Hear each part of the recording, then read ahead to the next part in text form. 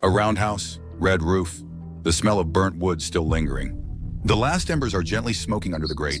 A waitress folds a checkered tablecloth, her eyes shining. A customer whispers, "It's over." In one night, nearly 90 restaurants closed. A brand that had fed millions of families disappears almost in silence. But how could a symbol of wood-fired flavor collapse in just a few months? What put out a flame burning for over 60 years? What critical mistakes can make a leader just a memory? Hi, Team Mindset. I hope you're doing well. Today, and following your many requests, I know this is a story you've been waiting for. I'm taking you into the fiery story of Courtepaille. This is the story of the birth of a concept that revolutionized French dining. We'll also look at the strategic choices that slowly doomed it and the harsh lesson for every entrepreneur. If you don't keep your fire burning, a competitor will take your customers. This is a story of grilling, finance, and strategic blindness. Let's get started.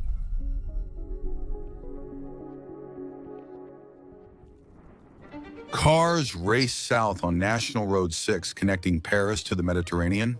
Beside the road, a round building with a red tile roof, large window, chimney puffing smoke, and the scent of grilled oak stands out. Inside, a young entrepreneur named Jean Loisier has set up a radical concept for the time: a central wood-fired grill. A circular room where every table sees the embers, plus a short menu for fast, affordable service. The whole place is called Courtepaille, a nod to the roof. The idea is simple but explosive: to offer middle-class families the experience of grilled steak, just like in the countryside, along main highways where vacationers travel. We're at the start of the post-war boom. France is motorizing at a wild pace. 3 million cars in 1960, more than 10 million 10 years later. Highways are still rare, but the national roads are packed with Parisians heading down to the sea. They want quick, good, affordable food. Courtepaille arrives at the perfect time, and word spreads fast from the start. Truck drivers, attracted by the speed, stop there. Families come back for the smell of charcoal and the roasted potatoes. In a country shaped by bourgeois cuisine, Loisier brings grilling to all. In the 1970s, the model spread like wildfire. Roundhouses appear along highways, at city entrances, and in new commercial areas. Each opening uses the same visual code: a distant cottage silhouette, a central open grill, and comforting checkered tablecloths. By the late 1980s, Courtepaille is everywhere. Over 250 restaurants, millions of meals served yearly, and a distinct, almost legendary identity. For many French, it's the flavor of vacation. You step out of the car, inhale the scent of burning wood, and order a huge hamburger steak or beef rib. You leave satisfied and smiling in under an hour. This success isn't accidental. Loisier understood three things before anyone else. The first is geography, placing his restaurants where France is on the move, along the national roads. The second is the sensory experience ecosystem. The wood fire is not just a way of cooking, it's a scent, a show. And the third is standardization. A limited menu and clear procedures enable fast service and perceived quality. So in the 90s, Courtepaille was a cash machine. Families know the brand, truck drivers recommend it, and investors are courting it. The company would be bought out several times, a sign of its profitability. But, and this is where the fire starts to die down, this perfect model is also a prison: same architecture, location, and ritual. While France is changing, cities are growing, and the restaurant industry is diversifying. Courtepaille remains fixed around its grill. What made Courtepaille successful will also lead to its downfall.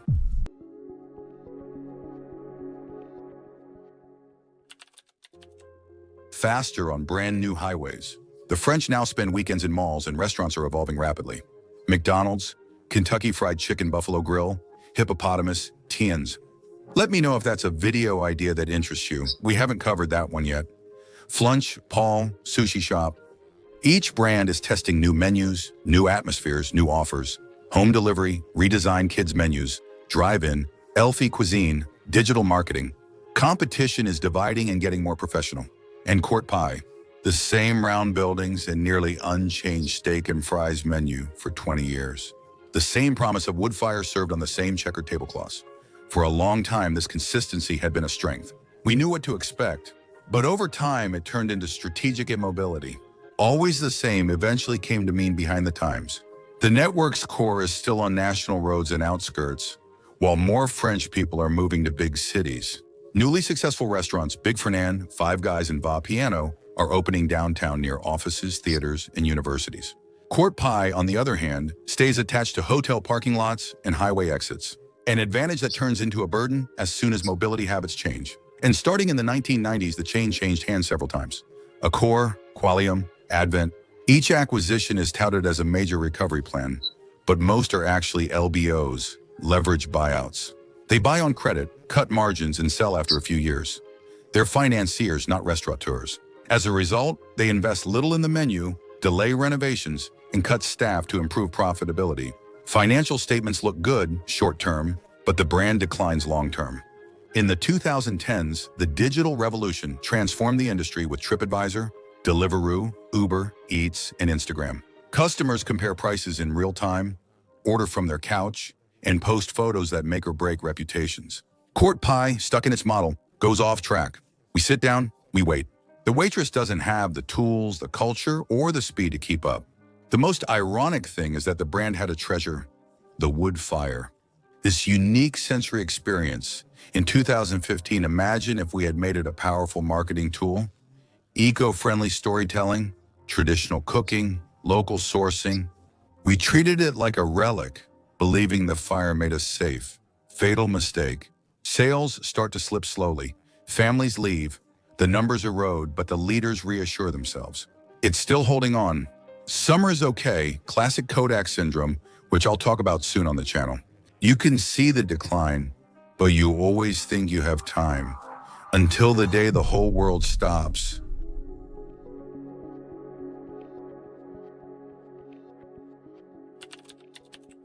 Newspapers report a virus from Wuhan, yet chain restaurants keep serving beef ribs like nothing's wrong. Within weeks, the country locks down, highways empty, hotels close, and vacationers vanish. For a brand that was already fragile, it's a seismic shock.